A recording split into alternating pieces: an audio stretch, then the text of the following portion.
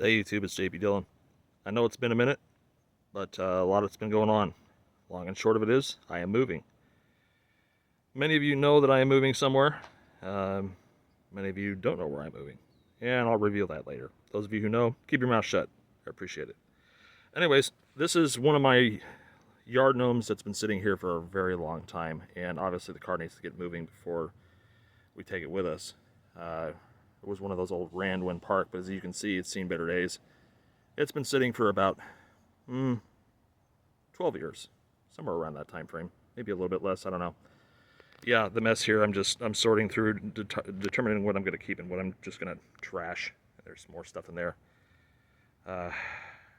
Shango came by and picked up a bunch of parts, tubes, and literature and stuff like that, so maybe you'll see that stuff in the video later. Anyways, this is a 1969 Dodge Dart GT, 5.2 liter V8, LA block, and it's been sitting a long time, so let me show you where we're at right now. I had to repair the starter relay, which was stuck, so I pried that thing apart. I got the contacts unstuck, filed them, put it back together. Not easy.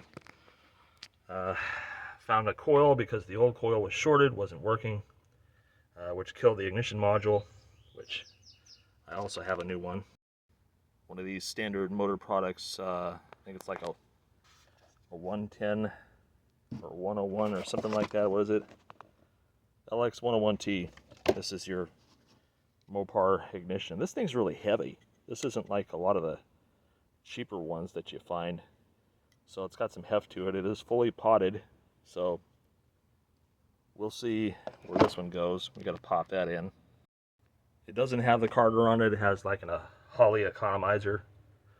One cylinder is pretty much down to no compression, but it should still start on 7. So I got to get the connector lead from the coil to the distributor. I got to get my module installed over there. This was originally a points car, but somebody converted it to electronic ignition at some point. It's still amazingly holding coolant in the radiator, even though this radiator looks like really scary and rotted. Hoses are still hanging on, although they're definitely old. But like I said, we just got to get it moving so it gets on a trailer. And it's got flat tires in the front. Rear are on their way to making it, which sucks because until they dry rotted, there was a lot of tread on those. But that's why you don't let your car sit for a long time. And the interior of the car was being used for storage, so I need to clean that out too. Fun. I got my module mounted. Yeah, machine screws, that's how the guy did it. Yeah, not my, I definitely would have done some threaded posts with machine screws, but I didn't do this conversion. And I don't know if you can see in there, but that's pretty crustastic right there. So that's why I got the can of deoxit there. We're just gonna get that in there, get some of the oxidation out, put the connector on, and we'll do some voltage checks. All right, so we got that boy wired up, him wired up, distributor. You got a battery that needs to be connected, and then we'll do some checks. And I have a whole bunch of random car keys. I don't even remember which ones go to this car. I mean, these look like obviously A-body car keys, Mopar car keys from the 60s and 70s. So hopefully one of these will work, because if not, I got another issue to overcome, and that's getting the right ignition keys, or just, you know, hot wiring it with a remote start switch. So yeah, how many of you with dead cars on your property use them for storage? Come on, be honest. Yeah, this all needs to be sorted through. A lot of it was already boxed up. It was like boxed up and labeled and stuff, so this is apparently one of those moments where it was like, just get that shit out of the house, and then all of a sudden it ended up in the car, so that happens.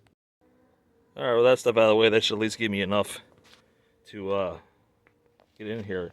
And I know what you Mopar guys are thinking. It's a GT, where are the bucket seats? Well, the bucket seats were removed by the last owner, and the car was almost sold to us without, to my wife rather. This was her second car. Sold to her without seats, so he got some bench seat from like a 70s Dart or something like that and stuck it in here. This thing is pretty worse for wear, but you gotta love that Bryce Shirley 2000 Sony head unit there. That's not even properly mounted in the dash. Hello, Mr. Ant. So yeah, we gotta, yeah. Do we even have a release? Does the release still work? Oh, it still does. Cool. Yeah, I don't want to be listening to the radio noise and get a copyright strike or something in case it just so happens to have remembered all the presets, which I really doubt. This choice horn ring here, man, just crazy. Let's see, do we have brakes? I doubt that we have brakes. I didn't even check the fluid level yet. Let's do that. Not that the car is going to actually go anywhere, but let's just see what we're rocking. Wow, it kind of has brake fluid in it. Let's top that off. All right, much better. Let's put that back together. Okay, let's see if we can get some pedal. Nope. Oh, better. Yeah, it's pumping up at least. Okay. Speedometer's stuck. Cool. Oh well. Now let's see which one of these key sets works. Alright, first let's try this.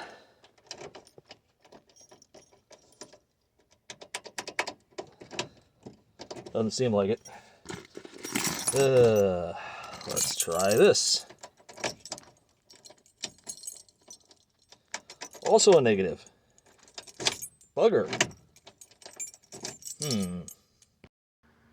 So this goes to one of my other cars. Yeah, this goes to another car.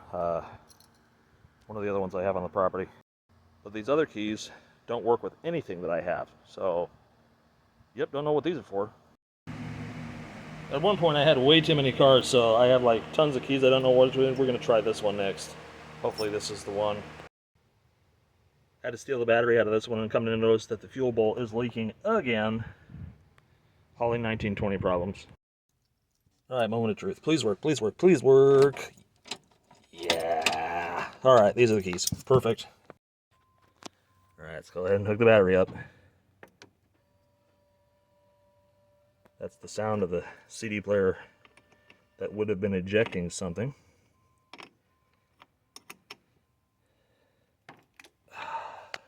Alright.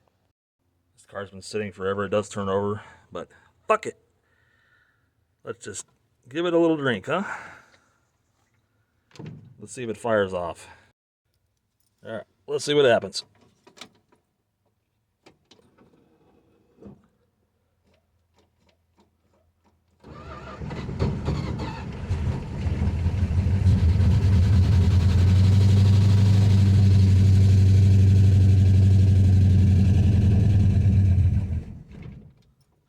Alternator's not charging, but amazingly it actually, start and ran, so that's kind of cool. So now I need to troubleshoot why our alternator isn't charging. Definitely need to get the fuel lines clear out, put new gas in it. But yeah, it runs, that's cool. I'm sure it couldn't possibly have anything to do with these crusty alternator wires and the fact that the field wire's detached. Yeah, no biggie. Alright, so I put the field wire back on, main lead back on after brushing it and treating it with some deoxit. Let's go to the regulator, because that's looking pretty crustastic too. And there's something going on down here, but yeah, I don't know. More crusty connections there. Ugh. Yeah, that's just as I thought. Nice and oxidized there. So we're going to hose that down.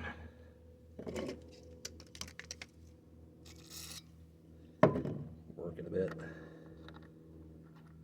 Come on. Work it, baby, work it.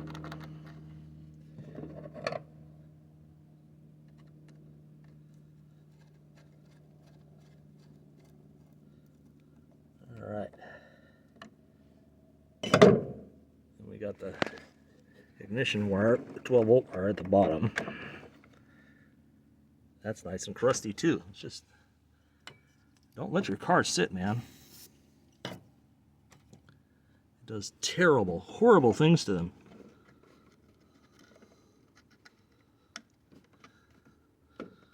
Work that a bit. Okay. All right. All right, I primed the carb again. So let's see. Oh, forgot to hook up the battery. Sometimes it's the little things.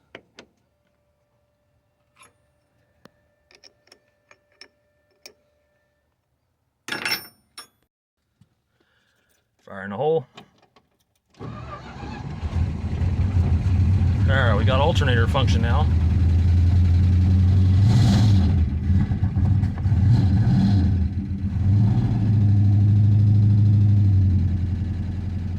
Yeah, bad lifter. Smell that old gas. Just trying to get it to idle at this point. Ah, come on.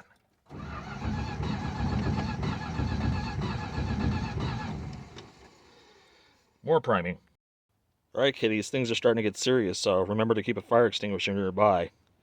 Because, yeah, old cars, you should always have a fire extinguisher. Safety first.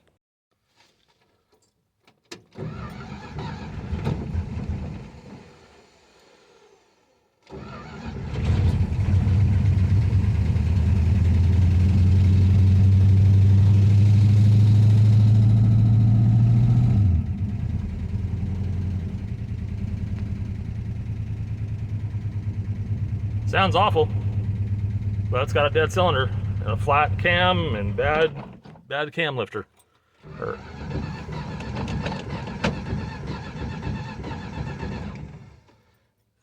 More priming.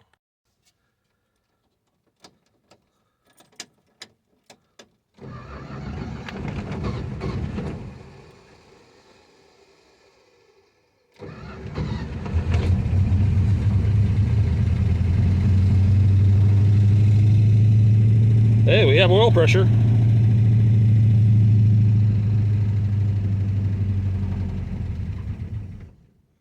Yep, just doesn't want to stay running. But that probably has something to do with the fact that there's no fuel in the tank. So, but this is a good thing. This means that if I put fuel in the tank and prime it, that we likely will get a stable running vehicle. So that's cool. But yeah, we got the electrical bugs worked out, we got the ignition running, we got the alternator charging, so that's good. So that is the beginning.